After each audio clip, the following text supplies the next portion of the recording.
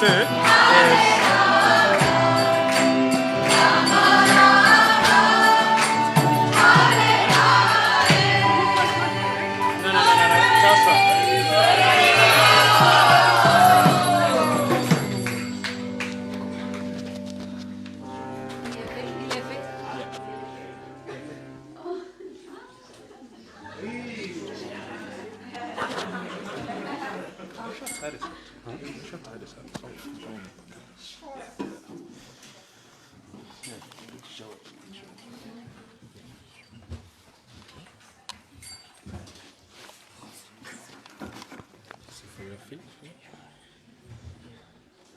Would you like? Is that okay? Put this in your pocket. Do you have a pocket that we can put it? Okay. Careful, I may walk out with it. I'm known to be klepto.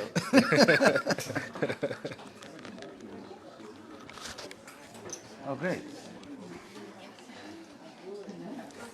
You know when you give something to a sannyasi, you never get it. Yeah, they're good. I may actually connect this microphone to your phone so that yours.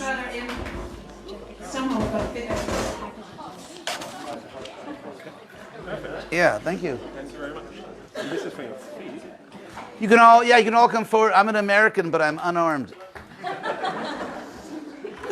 But I'm unarmed. Thank you for making. Thank you. Okay, just for a second.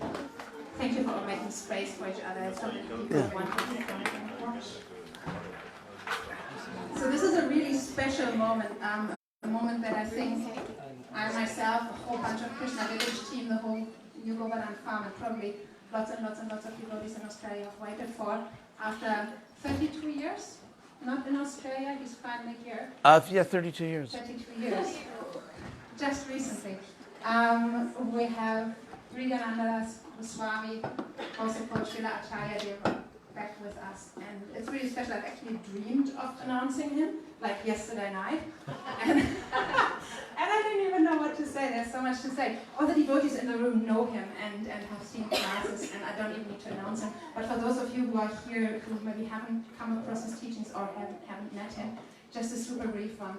Acharya Deva has been in this movement for many, many years. He joined up in the late 60s, right? 69. 69, exactly. And then has gone on from studying with Srila Prabhupada, receiving initiation from him, to working all over Latin America, Brazil, starting a lot of temples there for Srila Prabhupada's mission. And then, just been all around the world. He speaks 7 languages, so if any of you have any inquiries, just speak it in your own language. Likelihood is he's going to be able to answer them. And he's actually the first person ever who received a perfect mark in Harvard for a Sanskrit, was that translation exam? Srimad Bhagavatam. Mahabharata, actually. Mahabharata. It's actually pretty impressive. But why would I waste further words if we can just as well hear from the master himself? So I'll pass this on. No pressure, right? No pressure. No, never. We would never do that. Thank you. There you go. Henry, I wonder if you guys could get actually. It's a lot of. I think they're open, but Just turned on. we've just turned on the aircon, so that should come through in a second. So, thank you all for coming. Does this work? Is this working?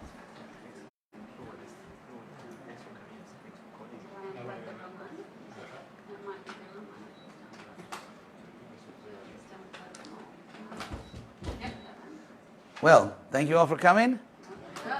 I'm having a great time in Australia.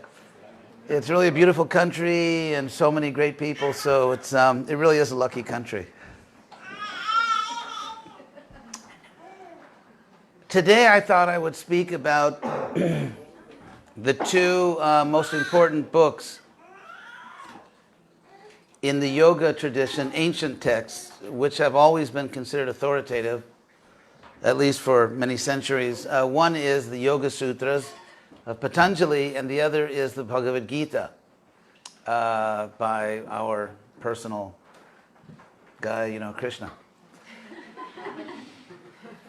So I'll begin by saying a few words about the Yoga Sutras. I'm working on a translation of it, actually. I've already translated it, but I'm going to do some commentaries and publish it in the near future, hopefully before I'm dead. So,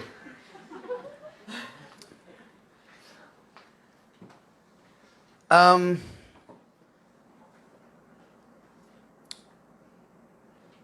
Yoga Sutras, first of all, the word sutra.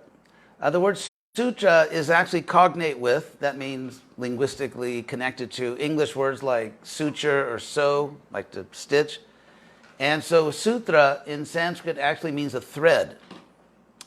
And is a term we still use in English, thread, to mean like in Hollywood, just the bare outline of the story, the thread of the story. And so it has that same sense in Sanskrit. So a sutra is a very condensed, almost condensed to the point of unintelligibility, but they got a little too enthusiastic sometimes about condensing. But anyway, it's a highly condensed statement in Sanskrit, which then has to be explained. And of course, the advantage of making things very short, it was easy to memorize, and also I suppose that way they could keep it esoteric. Some people like esoteric things, and so if it's not obvious what something means, then it's esoteric.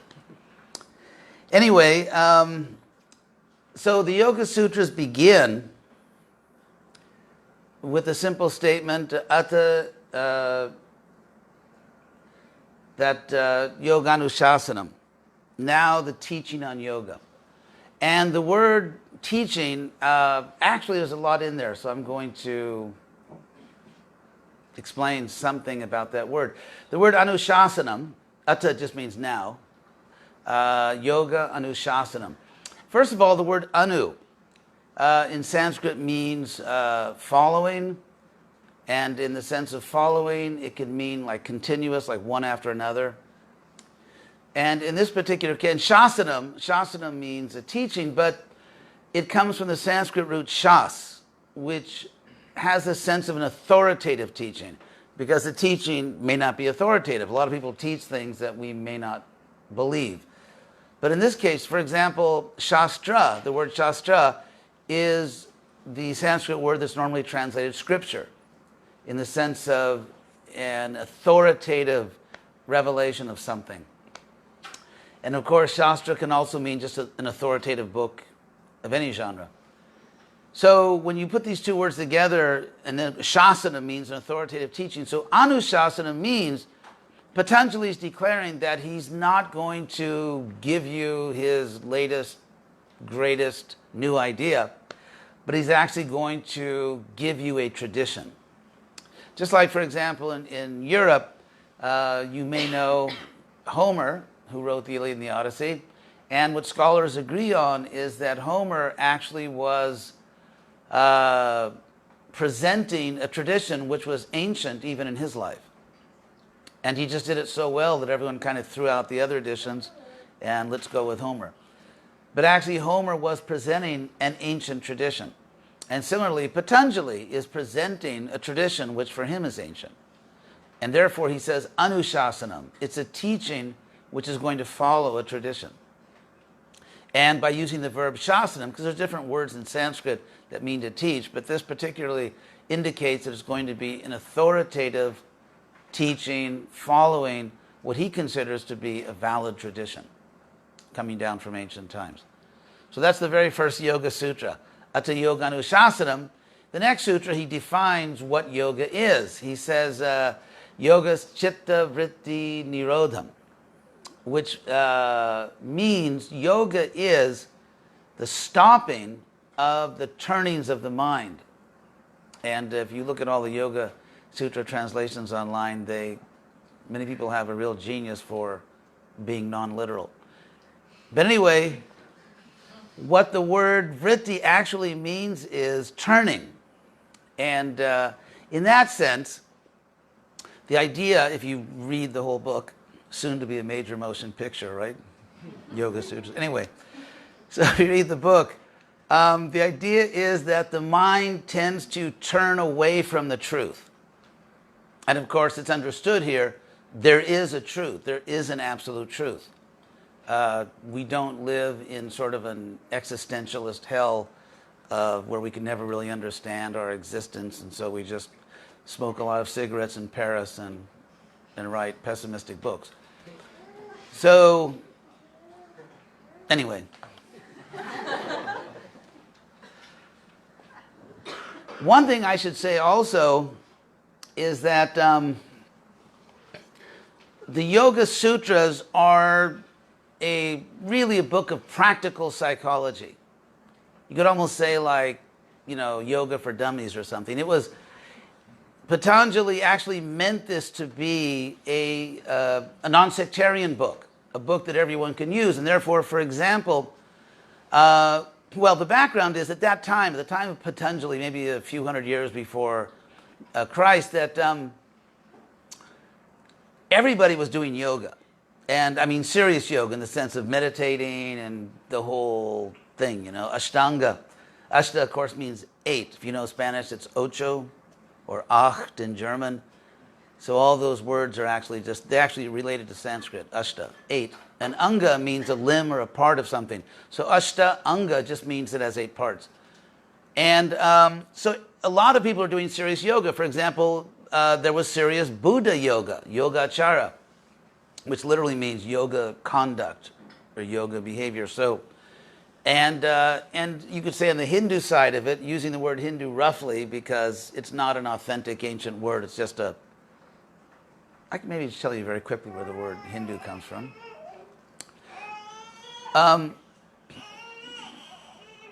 There is a river, actually a big river, in what is now Pakistan called the Sindhu River. And in ancient times, east of the river was what we would now call Hindus, and west of the river was the Persian Empire. And so the Persians, in their ancient language, the Avesan language, they would pronounce an S, initial S at the beginning of the word as an H. So they pronounced Sindhu, Hindu. So all the people on the other side of the river were Hindus, meaning people on the other side of the river. And then the next door neighbors of the Persian Empire, of course, the Greeks.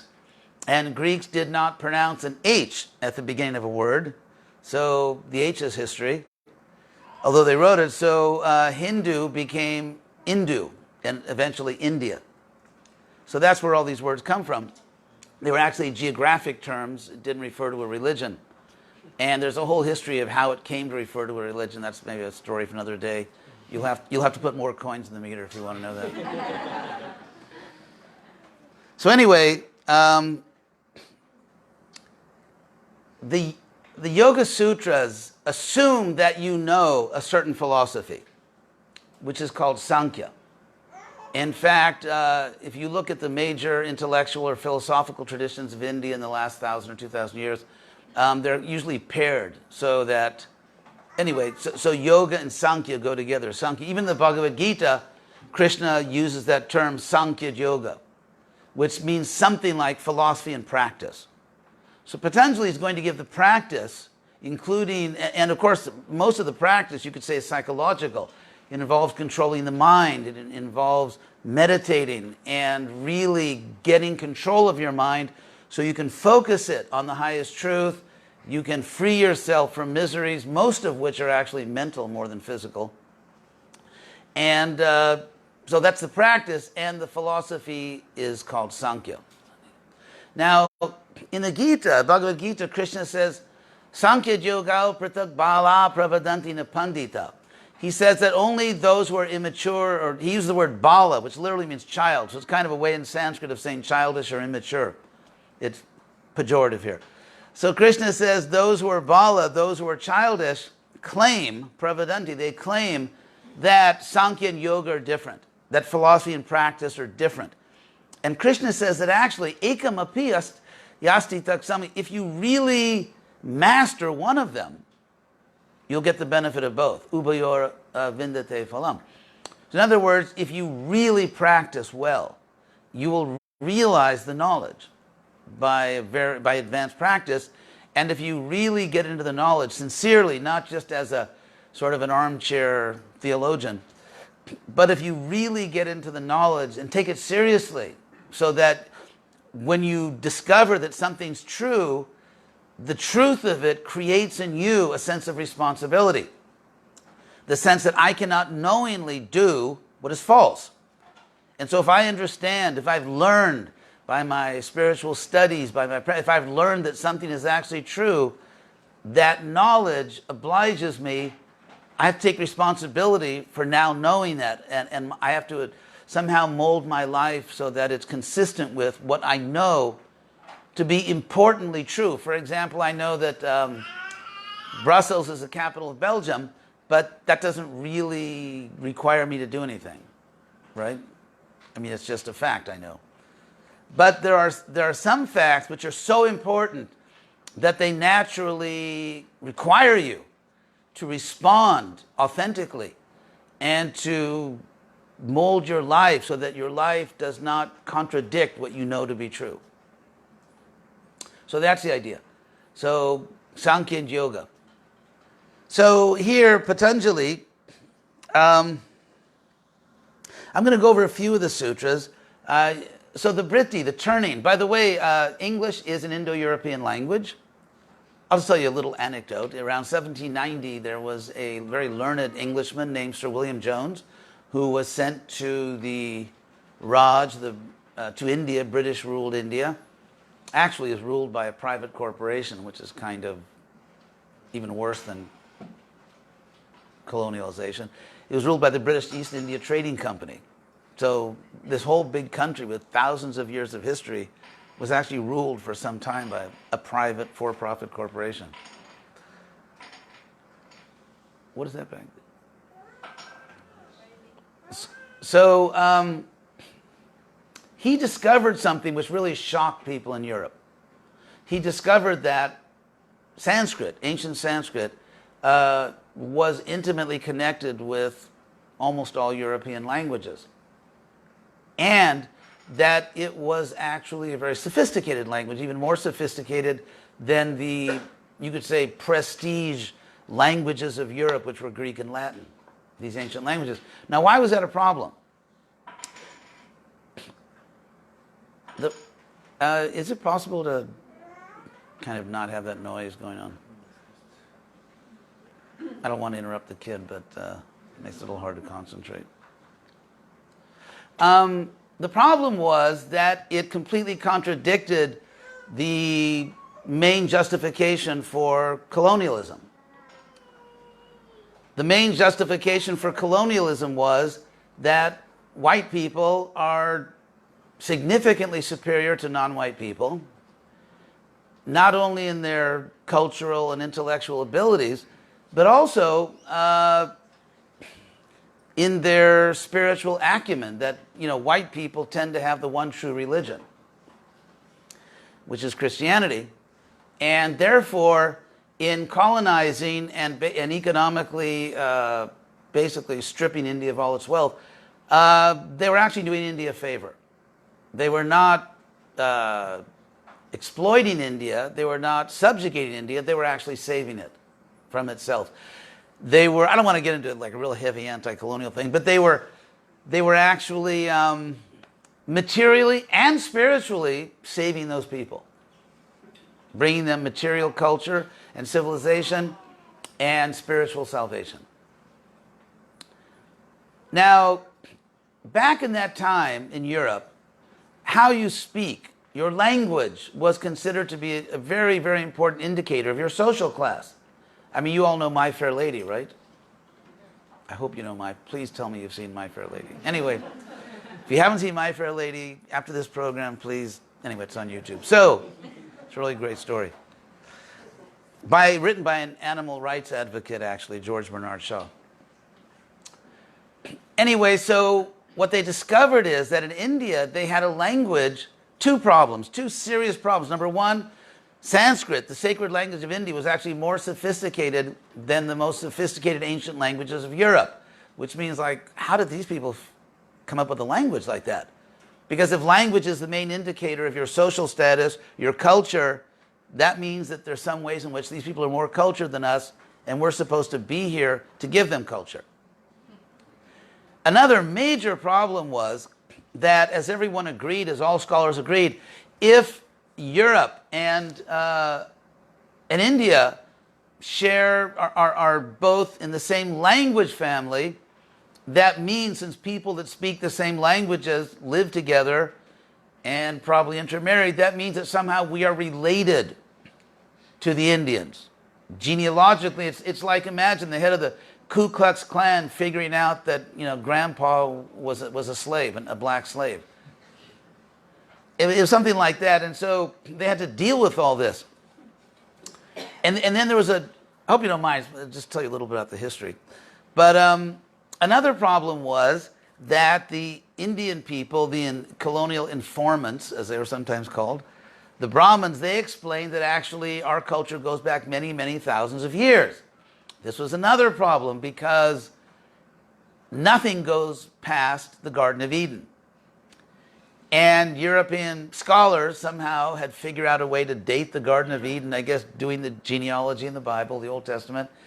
And so now they had a civilization which claimed to be much older than the Garden of Eden. So basically it was a real mess.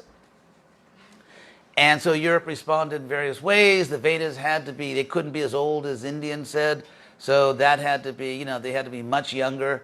So they did some linguistic tricks, which are not really very serious. And suddenly the Vedas are much younger. And then what about the racial thing? What about the language thing? Well, I swear to God, I'm telling the truth. They discovered this, while they were building a railway, I think, Sir Mortimer Wheeler, who was like one of the, like some kind of royal archaeologist. You know, in England, everybody is royal if they have a serious position.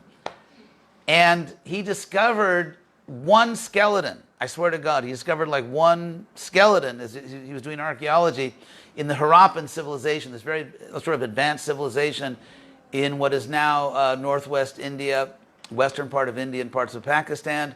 Very ancient, goes back many, many thousands of years. And they had big cities. And so urban development is considered to be a sign. It's a major breakthrough from hunting and gathering, you know, urbanization. You develop agriculture. It's considered to be perhaps the major turning point that where human beings who are kind of savages start to develop real civilization. So he found one skeleton of someone that, you know, looked like didn't have a happy death. It's kind of like, I'm in pain. And so he presumed from that this person must have been murdered by an invader. And who was the invader? It must have been European-type people who came down to India bringing the Veda with them. So the fancy language, European.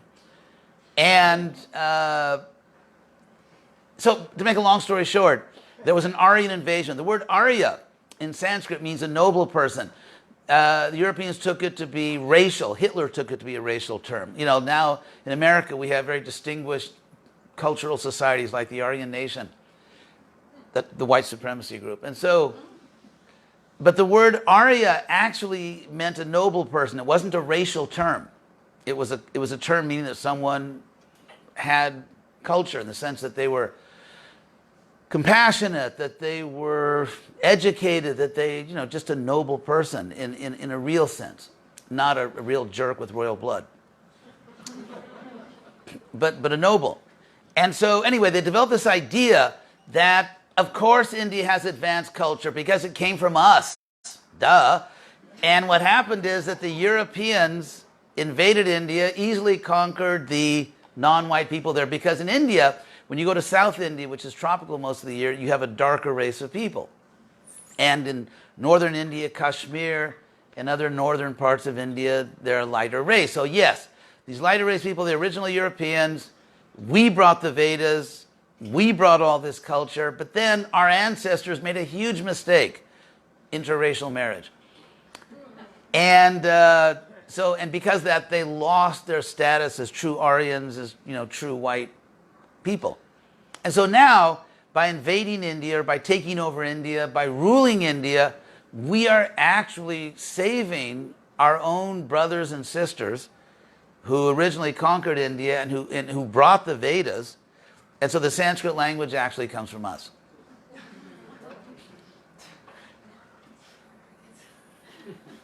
That's the Aryan invasion theory. And then about 100 years ago, scholars realized, actually, there's no evidence that ever happened. So anyway, so that's no longer accepted, but that was the idea. I don't know why I went into all that. But anyway, so here we are with Patanjali, and he wrote this book. Now, in India at the time he wrote this book, first of all, India had religious freedom. Basically, in many parts of the world, including Greco-Roman civilization, including the West today, India forever, there was freedom of religion.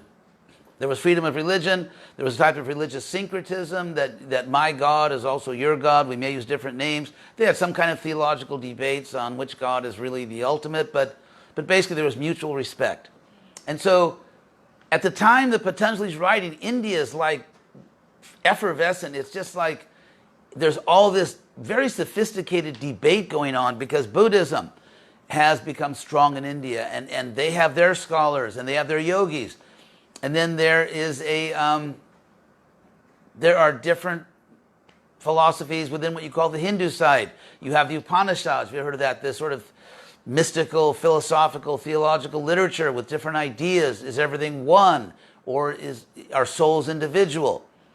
And there were people who were arguing in favor of ritual, that actually the power is in the ritual. Sacred rituals, fire sacrifice, which was done by the ancient Greeks, by the Zoroastrians. If you look at the ancient world, there was sort of a consensus that by igniting a sacred fire, by the way, ignite, Sanskrit, Agni, if you know the god of fire, Agni, that's our English word, ignite.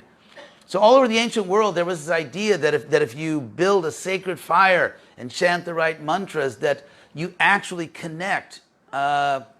It's literally a microcosm. And Patanjali is living in that culture. This is the culture that Patanjali is living in. So it's nice to know the world that he was in, where fire was considered to be potentially a sacred conduit, a medium, so you could actually, through a microcosm, you could connect to the macrocosm.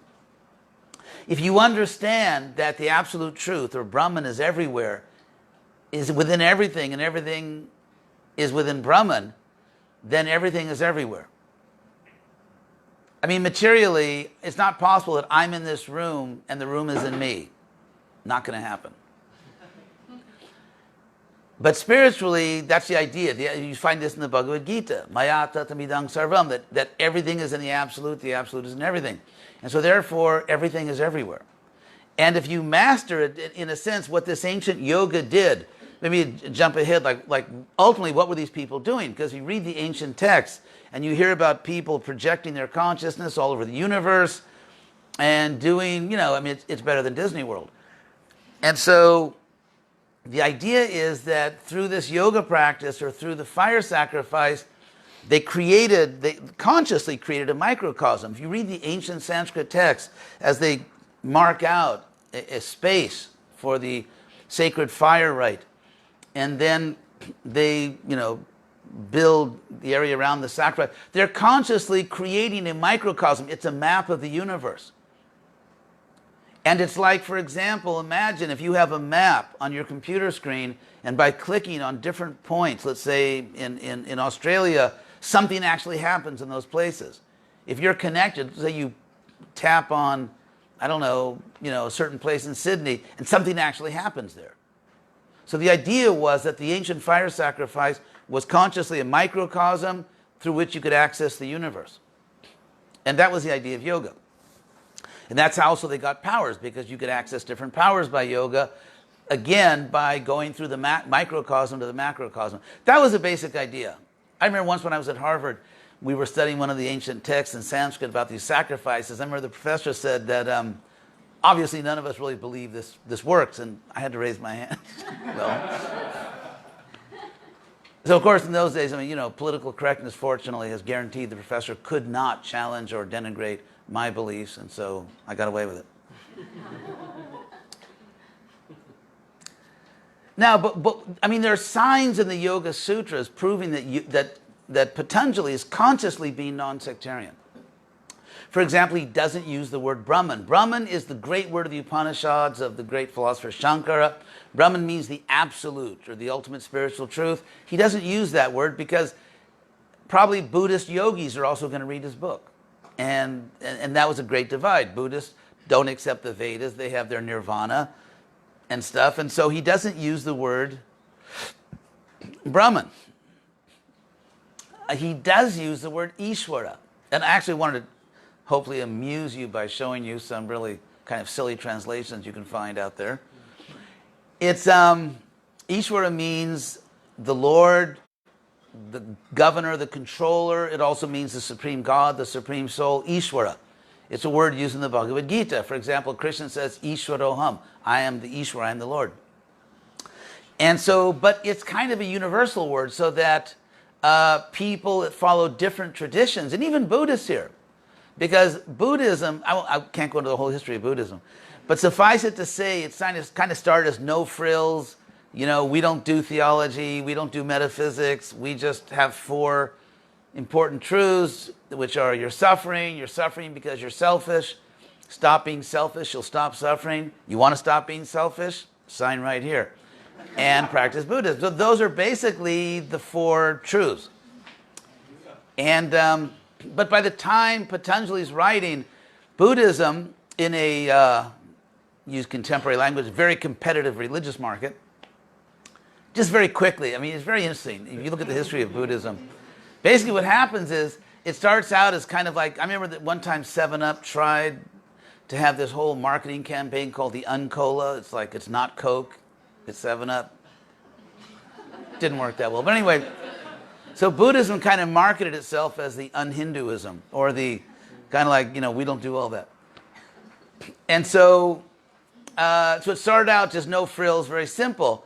But what happened is that everything kind of came back in. So if you look at Buddhism, let's say like about 500 years, 600 years after the Buddha, it's really, according to, you know, scholars who don't belong to the Hare Krishna movement, it really became almost indistinguishable from Hinduism, because you get gods back in, you get you get reincarnation, a soul that keeps reincarnating. The idea that Buddhism doesn't accept a soul is kind of it's a half truth. Because if you look at the second sermon, I mean, they have the grand opening in the deer park, you know, all the, you know, little colored flags and everything. It's like the grand opening of Buddhism. And Buddha gives the first sermon. And then in sermon number 2, it's like day 2. It's like still the grand opening. And it's officially been called forever the sermon on the non-existence of the soul. And if you read it, I mean, I can find it right here. It's only 2 paragraphs. If you actually read it, Buddha never says there's not a soul. So Buddha himself never denied the soul.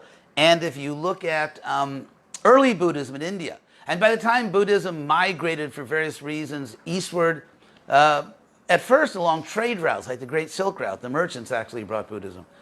But if you look at Buddhism in India, not in China, not in Japan, not in Tibet, not in Sri Lanka, but in the place where it started, Buddha is a Sanskrit word, by the way, you know, the awakened one. So if you look at Buddhism in its own original place where it started,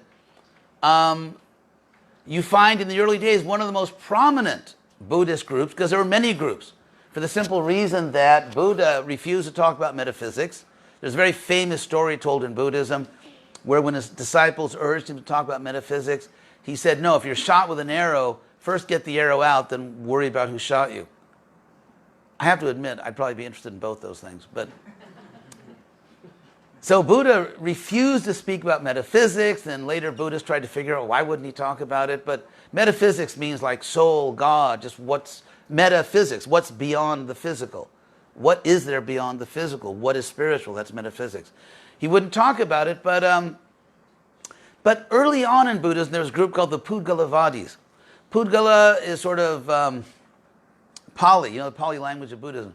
Pali, I mean, I don't mean this in a derogatory way, it's kind of Sanskrit with a Brooklyn accent. You know, like, for example, Dharma in Sanskrit. So like, hey, what's your Dhamma? Like, you know, what's your Dharma? That's how they pronounce it, Dhamma. It's anyway. So the Pudgalavadis, they preached that there is an eternal soul. There has to be, because from the very beginning, all the Buddhists believe in reincarnation. So who reincarnates? I mean, practically the most popular stories, like the blockbuster stories in Buddhism, were the Jataka stories. Jata means birth. The story's about the birth of Buddha. You know, like so many lifetimes ago, he was a ship captain. He saved a bunch of innocent people. And he, you know, piling up the good karma. Then he did this and he did that. You know, it's like those game shows. You see how many points people have? And so he just like keeps piling up the good karma, and then he took birth as Buddha. So the point is, well, guess what? Buddha must have a soul. Otherwise, who is it reincarnating? And if you look at early Buddhist monasteries, throughout Buddhism up till today, they were extremely concerned with the fate of their ancestors, because you may know in Asia, throughout Asia, whether it's East Asia, South Asia, throughout Asia, in Hinduism and Buddhism, there's a very deep concern with the ancestors. And I mean, I won't go into the whole thing. In Asia, one's collective identity, family identity, it tends to be very prominent. That's why in China, your last name comes first, then your first name. Your family names comes first, because that's really who you are. And so therefore, with this very strong concern for family, going all the way back, they would perform, Buddhist monks in the early days would perform different kinds of rituals and meditations to help their ancestors. But it's like, hey, if there's no soul, like, who are you helping? And so, I taught Buddhism within a general history of religion course at the University of Florida, and I used this little textbook produced by Oxford. And the author, a really good scholar, the lady, said that acceptance of some kind of enduring soul, some kind of personal identity that outlives your body, is like a minimum requirement for almost all kinds of Buddhism. So the whole no self thing, that's not really what made Buddhism a world religion. It's not really what Buddha said, and it's not really what's happening today in Mahayana Buddhism, which is 85% of living Buddhists. Sorry, I just went academic on you. But Patanjali is writing this book in a world, in a country where there's a lot of Buddhists, and they practice yoga. And in their own way, hopefully they can relate to the word Ishvara. So, the Yoga Sutra ultimately, you could say, is theistic. And I'll just give you a few examples. I took a few verses, like 121, there's 4 parts, so 1.23, and 126, which talk about Ishvara. And I want to give you a few translations that I kind of got a kick out of them, because they go into contortions to avoid the G word. And, get over it. So the Sanskrit for this sutra, this is actually 123. The Sanskrit is Ishvara Pranidhanatva. It's a discussion of how you can have spiritual realization. And va means or. Here's another thing you can do. It also, enlightenment comes from Ishvara Pranidhana, which means devotion to the Lord. Deep meditation on the Lord, devotion to the Lord. In fact, I even got the... anyway. I actually got from the standard Sanskrit dictionary. It's like, don't take my word for it. I'm just a, fanatical Hare Krishna. So here, the word Ishvara actually means in Sanskrit supreme being, supreme soul, master, Lord. Pranidhana. It's Ishvara Pranidhanat. From Pranidhana, directed at Ishvara. Pranidhana means profound religious meditation, prayer, devotion.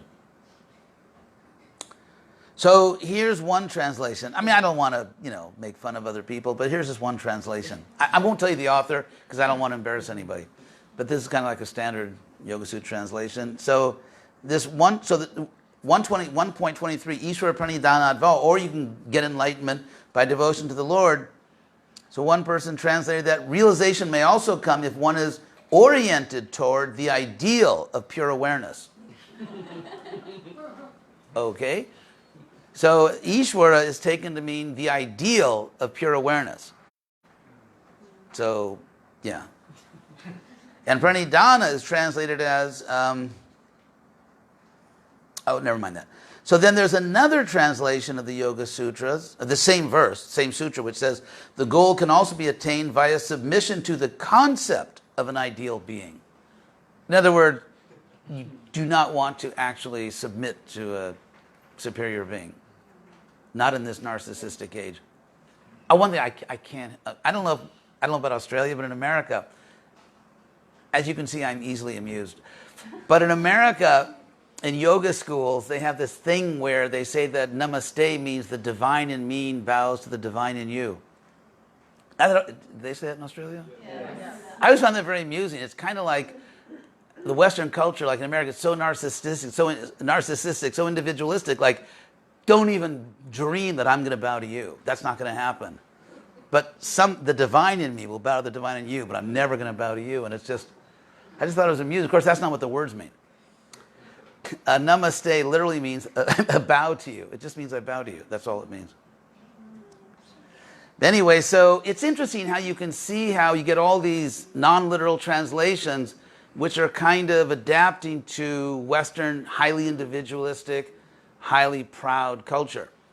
Of course, America now probably has gone beyond other countries in narcissism because we actually have a narcissist as our president. And so, you know, eat your heart out, Australia.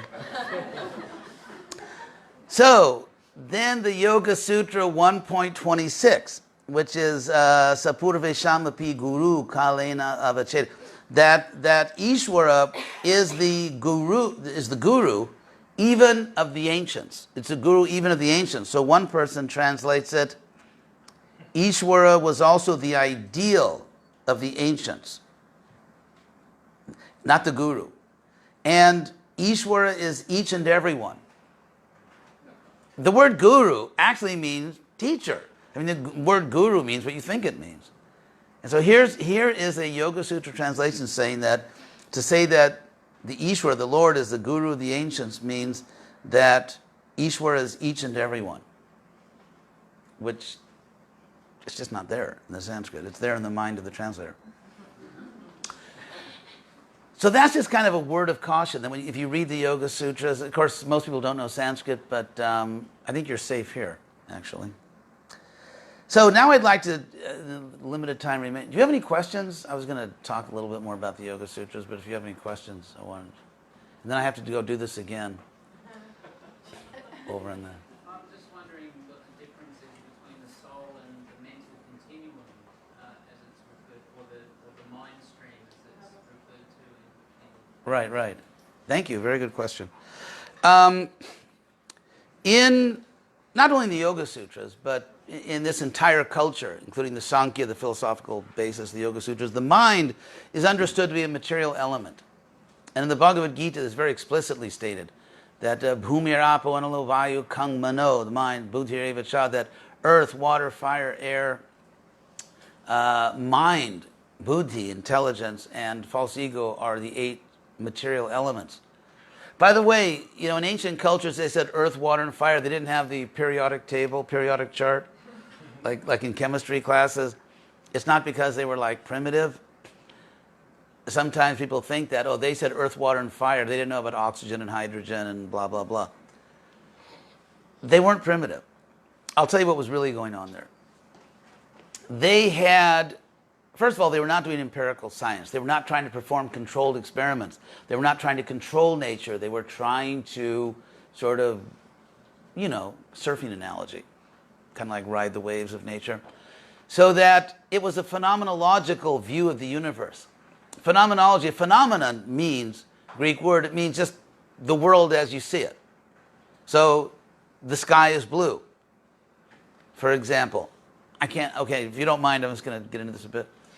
I mean, I want to answer your question, but when I was a little kid in school, I remember a teacher saying to me in Los Angeles, I grew up in Los Angeles, that we used to wonder why the sky is blue. We now know why the sky is blue, and then, we got this little kiddie explanation of atmospheric science. Actually, the teacher missed it. Because I'll give you one example from Socrates, from a Socratic dialogue called it's called, I forgot the name. No, it's called the Phaedo. Socrates it's his last day on earth. He's going to drink the hemlock because he decided to honor his social contract with Athens and, drink he wasn't supposed to actually drink the hemlock. when Athens sentenced you to death, you're supposed to just get out of town and never come back. But anyway. So Socrates is philosophizing on his last day, and he said, he was sitting there on his cot, and he said, if someone asks, why is Socrates sitting here? And if someone else answers, because his body's made in such a way that it bends at the joints, and that's why he's sitting. Socrates says, no, that's not why I'm sitting, that's how I'm sitting. Why I'm sitting is because I decided to obey the order of the Athenian court. So modern science has attempted to promote a sectarian philosophy called materialism by conflating the how and the why. In other words, if I ask you, why did you come today? And if you say, I drove, you didn't understand the question. If I say, how did you get here? And you say, I was interested, you didn't understand the question. So for example, let's say you're in a museum looking at a work of art and the sky is blue. Now, who really understands that work of art? Is it a paint chemist or a serious scholar of art history?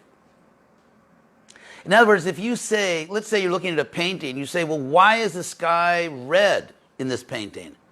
And then the paint chemist pops up and says, well, it's red because of the pigmentation. That's not what you meant. You're talking about the intention of the artist. And so if you say the sky is blue because of atmospheric stuff, you know, the sun's rays being refracted in the Earth's atmosphere, you didn't understand the question. The sky is blue because an artist made it blue. That's why the sky is blue. If you want to know how the sky is blue, talk to someone that does atmospheric science. So anyway, sorry, the mind. So I mentioned that because the reason the elements were divided, earth, water, because they weren't trying to just exploit the world. They had a more subtle science. They were doing different things. And they were taking the world as it presents it. They were really talking about solids and liquids and radiant elements and gases and so on and so forth. But anyway, so the mind. The mind is considered to be a subtle material element. And so it's like, for example, let's say you put on your shirt, you put on your coat, and so your shirt and coat are moving, but it's really your body moving. It's really your body. So your eternal consciousness, which comes from you, the eternal soul, is sort of moving this apparatus, this material mind and intelligence. The problem is, and this is the whole point of the Yoga Sutras, actually. This is the whole point of how you get to samadhi. And it's related to the thing about the mind, is that there's a natural hierarchy that starts with you. You're on top of this system. You are an eternal soul. And then below you, you have your intelligence, your analytic, intellectual apparatus. And so for example, you can choose to decide, how can I help people? And then you think about it intelligently. Or one can think, how can I hurt people? And both require analysis. So ultimately, we, the soul, depending on our spiritual situation, we engage our intelligence for good or evil. And then the intelligence, beneath the intelligence, is the mind. Mind is a technical word in this philosophy. In the West, if you say mind, it can just mean consciousness or awareness. But in this yoga philosophy, mind is a technical word that means specifically that part of you, the emotional side, you could say, that I want to do this, I don't want to do that, I like this, I don't like that. It's the part of you that feels like it, doesn't feel like it, and sometimes irrationally. For example, I just saw an ad online. It was an Australian ad from the government of Queensland trying to get people not to drive too fast. And it was kind of like this tragic thing where these two guys, mates, are just kind of driving and talking and speeding, trying to beat a light, and then they crash into a car, and some young girl beautiful young girl they don't show all the stuff, but the idea is killed. And so you can feel like driving fast, but your intelligence will tell you, don't be stupid. There's a lot of things that we can feel like doing, and the better side of your intelligence will say, don't be stupid. And sometimes we don't listen. So and by the way, what I'm telling you now, which is the whole philosophy behind yoga, also is the philosophy in Plato's Republic. Anyway, there's this hierarchy of cognitive faculties. There's you, the soul, who are purely conscious in your original state. Then you have your intelligence. It's like your little built-in computer that analyzes and figures things out. Then you have the mind that's emotional. And then beneath that you have the senses. Your actual senses, like, I want to eat that, or I don't want to taste that, or I want to touch something, or I want to hear something, a particular music, or I want to hear you say you love me, or something, whatever. It's like the senses, they want to hear different things. Now, what happens is, the whole problem that yoga is trying to rectify is that this natural hierarchy gets flipped upside down. So what happens is your senses, whatever you want to touch, this is how you get a rapist. Whatever, someone is so out of control, the senses have taken over. I want to touch this, I want to taste that, so never mind that, I'm participating in the brutalizing of innocent, conscious creatures, but I want to taste that, or I want to touch this, or or whatever. So the senses are ruling. And the senses are ruling, the mind is being dragged behind, and then the intelligence is kind of shut down. It's like, the intelligence, the mind is saying, shut up to the intelligence, don't bother me, don't put a guilt trip on me. If someone gives you rational advice, don't put a guilt trip on me, man. In America, we have people that speak in a very sophisticated way. You probably see it in the movies. So, and the soul is just lost. The soul is just lost. So the natural hierarchy is turned on its head. And that's the whole thing Patanjali is trying to get you to do, to put it right side up, so that you, the soul, are using pure intelligence, buddhi, to make decisions that are absolutely in your ultimate self-interest and are best for the world. And the mind is trained and learns how to take pleasure in virtue, how to take pleasure in that which is actually beneficial, and how to avoid that which is actually harmful and destructive and cruel and evil. And the senses learn to obey the mind and to engage, the senses engage, for example, let's say touching. A man learns to be a gentleman. You don't touch a woman without her permission. I mean, that's just an example where one becomes civilized.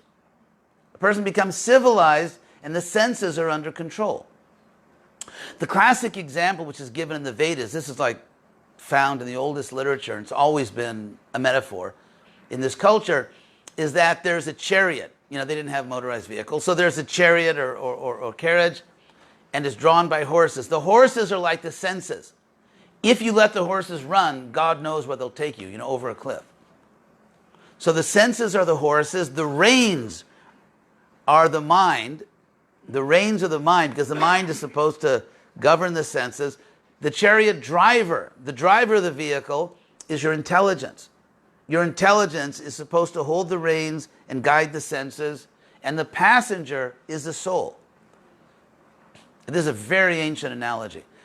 And if the senses get out of control, it's like being in a horse-drawn vehicle. The horses are out of control, and you are history. It's over for you, because you've lost control. So that's the whole, and so the Yoga Sutras and the Bhagavad Gita, the whole thing is based on you understanding that. That's why you've decided to practice yoga. That's why you're going to all this trouble, because you understand all that. And Patanjali assumes that you know all that. So that's the mind in this. I hope I did answer your question.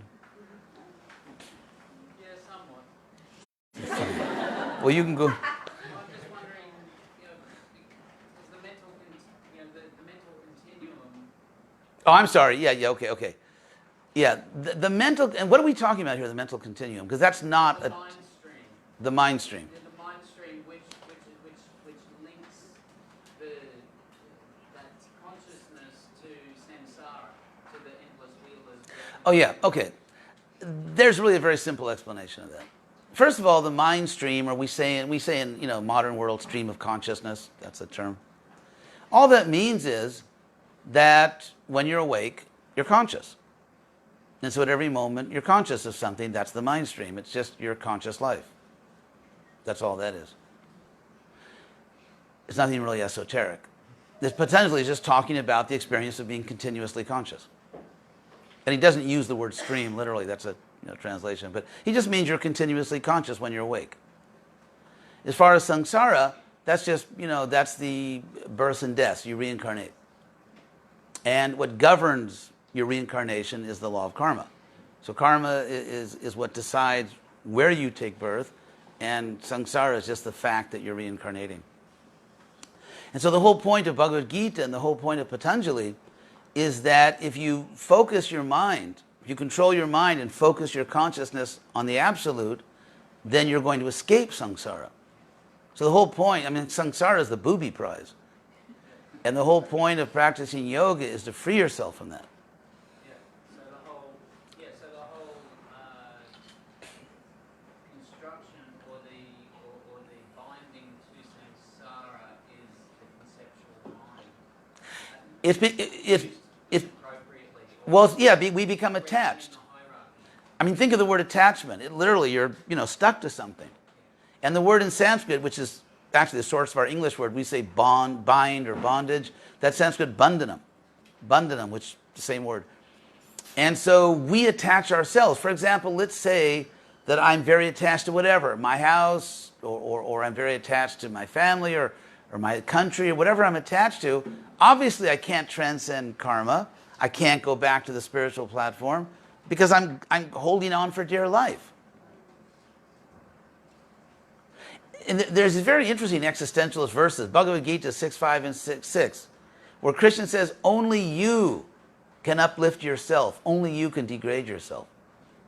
So ultimately, by our decisions, we choose to remain in this prison of samsara. And so if we decide, no, I want moksha, I want liberation, I want to be free, I want my real eternal life, then you start reading these books. And you start controlling your mind and focusing your mind on spiritual objects. Did I answered it, right? You answered far more than I could have hoped for. Oh, that's good because there's no refunds. Okay, yes. Can you please bless me to be a strong devotee of Krishna? Oh, you have all my good wishes. So, yes. How does the modern society conflate the hows and the why questions?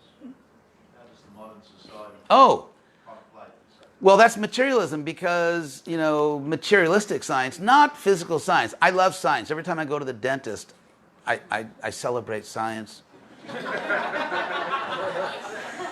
So I am seriously pro-science in the terms of, if I have to take medicine, go to the dentist, when I get in a plane and it actually lands safely, So I'm a big science booster. What we are against, and there's actually a word for it that the Hare Krishnas didn't invent, it's called scientism. Scientism means being fanatically. It's like exploiting science, which is a valid way to get knowledge, exploiting science to promote what is ultimately not science, but a sectarian philosophy, which has been around forever, called materialism. Materialism is a metaphysical position. It's not science. Materialism is a philosophy which exploits science to promote itself. So just like, for example, very quickly, I was saying this the other day, there are certain things which are empirically untrue and certain things which are logically untrue, which is more powerful. For example, if I got to think of another example. Let's say, I say there's a unicorn in this room. Sorry, this is a repeat for some people. I'm being lazy here, not thinking of another example. Let's say someone says there's a big white unicorn in this room. And I say, no, there's not. And plus, it's visible. And someone says it's visible to normal human sight. And we all look around and say, you're wrong, there's no unicorn in this room.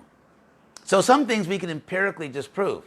Some things are untrue if you just know what the words mean. For example, if I say there's a square circle in this room, we don't have to look around. If you know what the English word square means, and if you know what the word circle means, you know there's no such thing and there can be no such thing as a square circle. So when someone says square circle, they're making a meaningless statement. They're not saying anything. So in the same way, if you consider scientism, the slogan of scientism is that nothing can or should be accepted as objectively true unless it's empirically proved. Major problem here. We cannot empirically prove that statement, because that would be called circular reasoning. Anyway, thank you for being tolerant. I'll try to do this very quickly and painlessly. The idea of circular reasoning is that it's like premises. You know, Socrates is a man, men are mortal, Socrates is mortal. So if the premise, if you use the thing you're trying to prove as a proof for itself, that's circular reasoning. So you can't prove empirically that things have to be proved empirically. So therefore, if that statement is true, it's not true. So a statement which if true is not true is meaningless. And so therefore, the scientific statement that nothing can be accepted unless it's empirically proved is actually a meaningless statement because it's self-contradictory. And that's why philosophy rejected it, like, over 80 years ago. That suggests that there's another meaning of the group. Of what? There's another more certain way of proof. Well, but because what does it mean to prove? For example, how many people in this room believe that there's really a world that exists outside your mind? I mean, I do. Anyone? Does anyone not believe that there's no world outside your mind? If so, we're here to help you.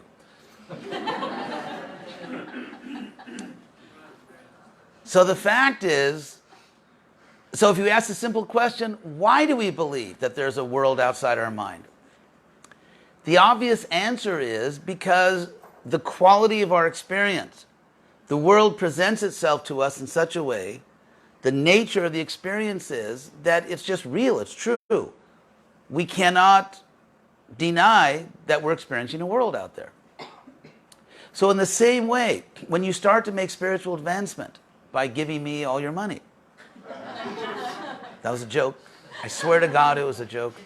Okay, when you start to make spiritual advancement and you start to experience your own soul and you start to experience God, the experience is so powerful that you cannot deny it. It is as self-evident as your experience that there's a real world outside your mind.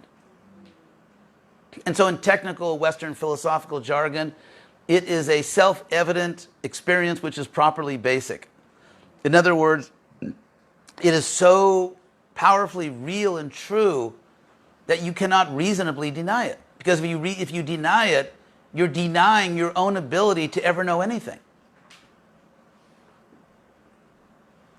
So basically, you're driving yourself crazy and you'll probably get money from the government. So, You're obviously making a distinction between mind and consciousness. mind is an instrument of consciousness. For example, I make a distinction between myself and my hand. And yet I'm using my hand to, gesticulate. And so mind is an instrument of consciousness. It's not like some separate guy over there. Mind is just, at least in this technical jargon, it's one of the faculties of consciousness. Like you have different abilities. For example, you can write poetry. You can do engineering. Sometimes you really try to examine your own feelings. Sometimes you try to just mathematically work something out. So in a sense, it's all consciousness, but they're different functions or different faculties. So Maharaj, why is self-evident experiential sort of spirituality being more shunned to scientism? Not nowadays. Actually, the attempt by science to just wipe out religion was a colossal flop. I was just actually going over this. I'm going to give a paper on science and religion in Florida in January, and I'm so working on that. And I was just looking at this really brilliant course given by a UCLA on this very topic. And what's happened is this course is called Science, Magic, and Religion. And science actually made an attempt, a conscious attempt science to obliterate religion. For example, here's the starting lineup, for the Destroy Religion team. Scrum, do you say? Is that a word? Scrum? Anyway. Football formation. Yes. So, for example, Marx. Marx was started on the team. What does Marx say? That religion is just a drug that literally makes you insane. That when you do religion, you become irrational, just like as if you were, stinking drunk, as if you took some heavy drug. That's what religion does. It actually takes away your ability to be a rational human being.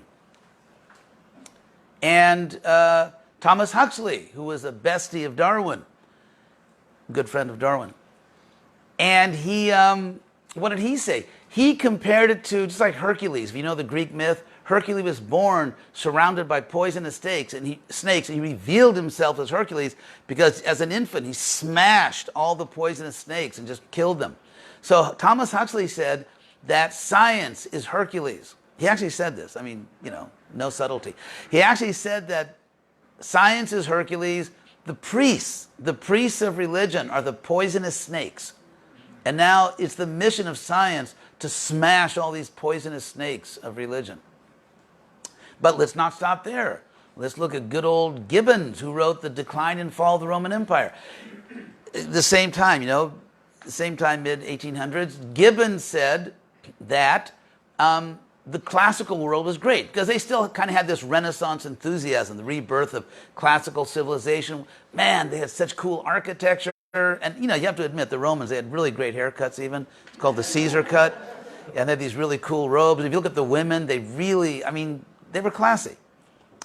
And they had philosophers, and they were engineers, and so it's kind of like they were really cool.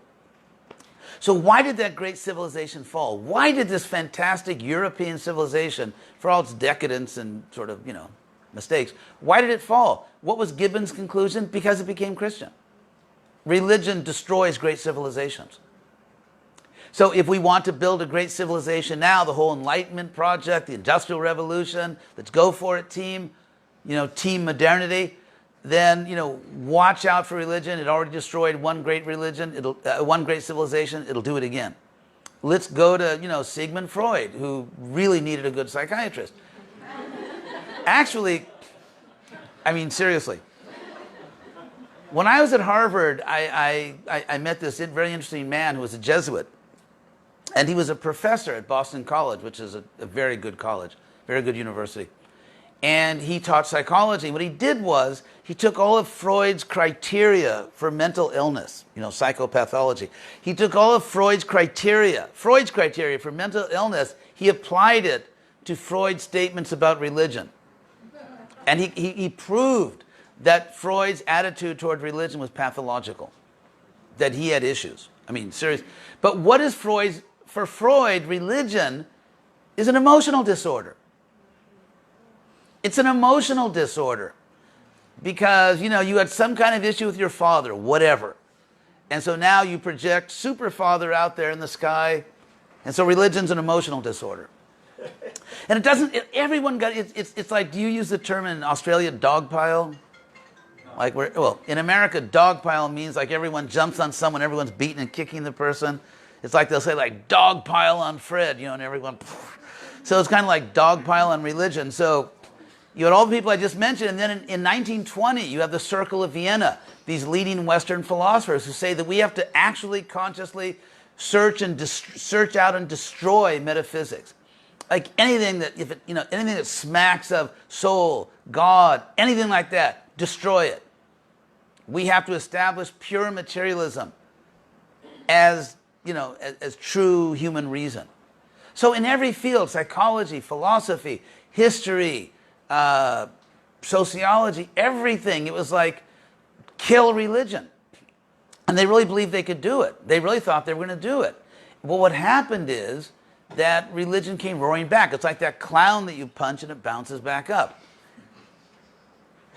And, magic. How many people go to see, biology? Here's a very interesting film on biology. And how many people go to see Harry Potter?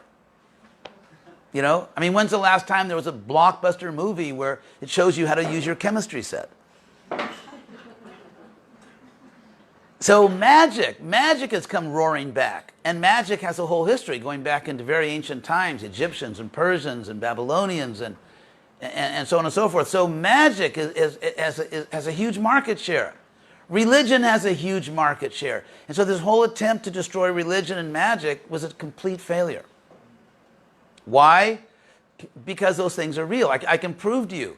I mean, this is like 2 minutes, and I got to run over and, these are not good times for gurus, and I got to work 2 jobs. So I'm going to have to go over it.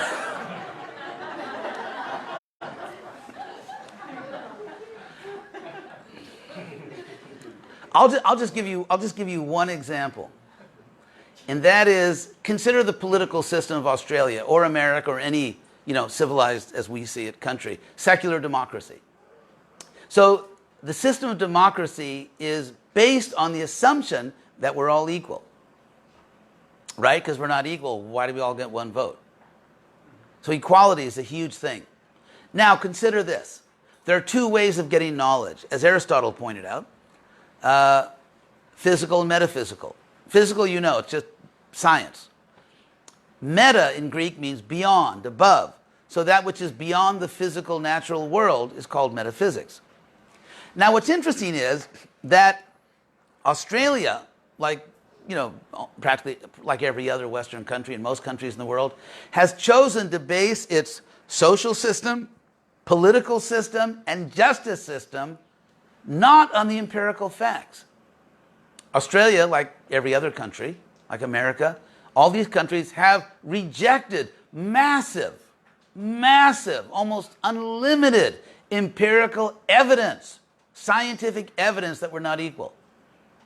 All that has been put aside, and we base our social, justice, and political system on a metaphysical fact, which is empirical nonsense.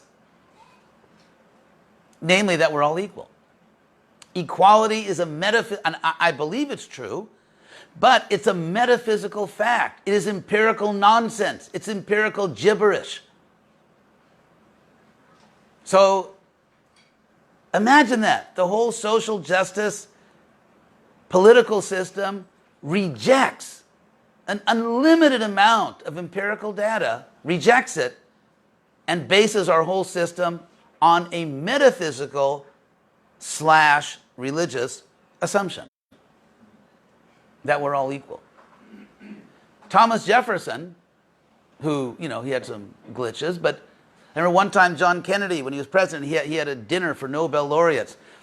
And he said that this is the greatest gathering of intelligence at a White House dinner since Thomas Jefferson dined alone. And so, if you read the DOI, Declaration of Independence, I'm getting doing a little American thing. We think there's only America, but you know how we are, so just bear with it. But it's very interesting because Jefferson was highly educated. The people back then were really highly educated. And so his opening statement is actually based on technical Western philosophy. He said, we hold these truths to be self-evident. I've already explained self-evident. Self-evident mean that there's no possible argument you could make against our rights, our equality. Because if it's self-evident, it occupies the most prestigious position in epistemology, or the philosophy of knowledge. And he says it's self-evident that we are created equal, endowed by our Creator with certain rights.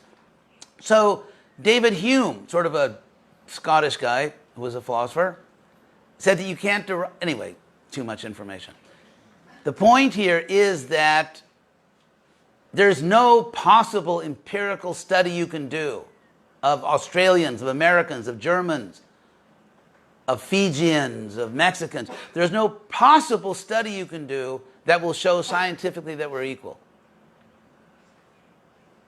Therefore, Jefferson realized that if it's true that we're equal, there must be a metaphysical foundation for it, because what's it resting on? People nowadays are not philosophical. It's like, yeah, we're equal, man. Well, that's their philosophy. That's like about as much philosophy as they can do. But if you are actually concerned with being a rational human being, if it's important to you to have good reasons for what you're doing, not be a fanatical, not just be a fanatic, not be just, superstitious or just say things, like children do, like that's true. Why? Because it is. Why? Because it is. I mean, if you don't just want to be, a child adult, and you want to actually have good reasons for what you claim to be true, there must be some metaphysical basis for our equality, because empirically we're not equal. And Krishna says, by the way, in the Bhagavad Gita, that we're equal. It's a big topic in the Gita that we're equal. He says it all the time, that we're actually all equal. And the reason is because we're equal in the eyes of God.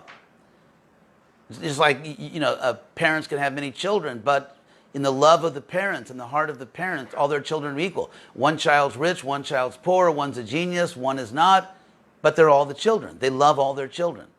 And good parents always tell their children, we love you all equally. Isn't it? I mean, isn't that what every good parent says in every country on earth? And by the way, anyway, never mind. But so, whatever, I better end here. So thank you all very much. By the way, I just have to say one more time, I really love Australia. I'm having a fantastic time here, and you're all a great bunch of people, and see you guys later. Hare Krishna.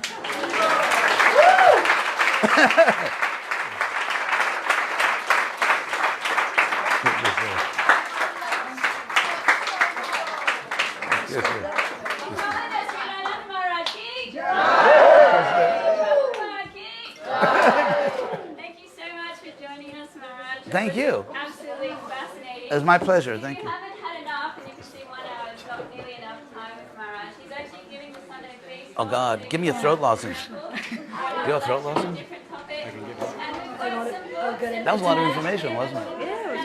What? It was fantastic. We got the lozenges in the car. Oh, good.